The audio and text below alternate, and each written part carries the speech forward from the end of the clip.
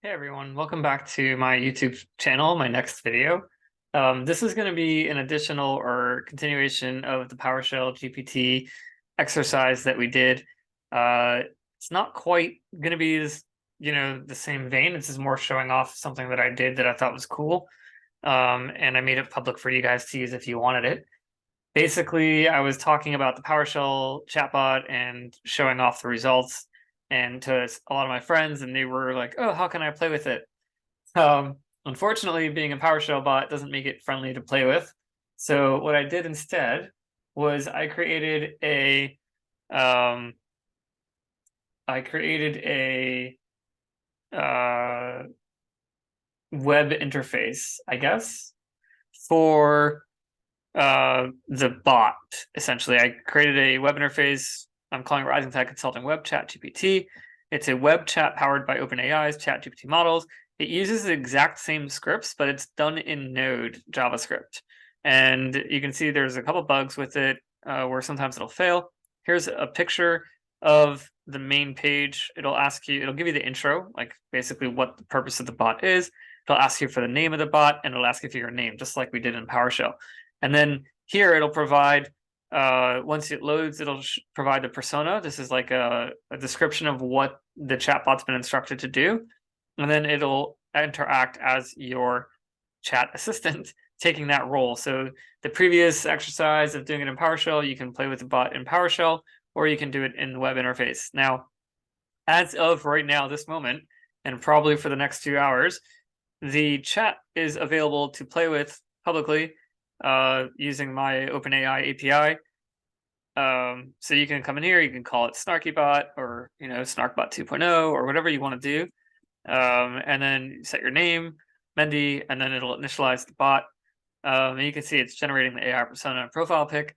One of the things I did that PowerShell doesn't have is I also tied into the DALL-E API endpoint so that it generates a profile picture for the other chat user based off of the description being sent. So that's why it takes a little long to load the initial, do the initial setup or to actually do the initialization. There we go. But once it's done, then it's just a matter of regular, ChatGPT's time period. I'm not great with UI. This is all mostly done from scratch with the help of ChatGPT. So the UI UX can do some work. You're more than happy to fork the repository and send pull requests if you want to improve it. I'm not using any real framework besides for Bootstrap. And you can see here, here's the profile picture, name of the bot, and then the response. And that's the interaction with the chat. So the thing is, if you wanted to run this on your own, because I am going to be locking this down, I'm probably going to keep it live because I want to use it myself, but I'll probably lock it down, or I'm going to lock it down at the very least to prevent public use because it does run up my credit card on the OpenAI account. Over here, we have the actual repositories. You can just fork it and run it. There is a Docker file for you to use, so you would just have to create a container and run that in order to run it, or you can just install, clone the repository and use npm install, npm run in order to run it. So you can both run it in Docker or outside of Docker directly. The only thing that has to happen is you need to set a variable, an environment variable called AI_token, which will be the API key from your OpenAI account. One last thing about this, for me, I'm using EasyPanel to run it. This is what the setup would look like. So under general, you have the GitHub setup, you choose the owner, the Rising Tide group, RTCG GPT, or if you're forking it, you can just create your own branch and build path, you choose Docker file. And then the only other thing that you have to set is the environment. You have to set the API key for this to work. And then you configure your domains, which is going to be how you access the actual interface. And it does use port, it's under domains, it uses port 3000 to host the server. So you would want to proxy port 3000 through EasyPanel onto port 8443 with Let's Encrypt.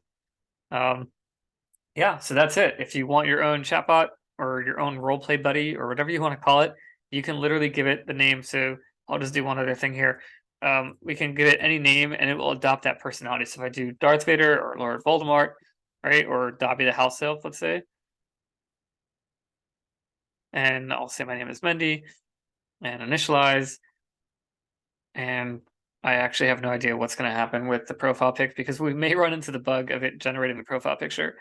But let's see how this works. There we go. You are Dobby the House Elf, a loyal and endearing magical creature.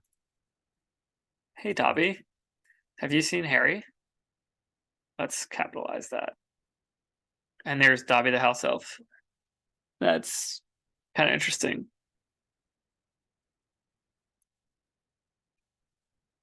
You know, and you're talking to Dobby, literally.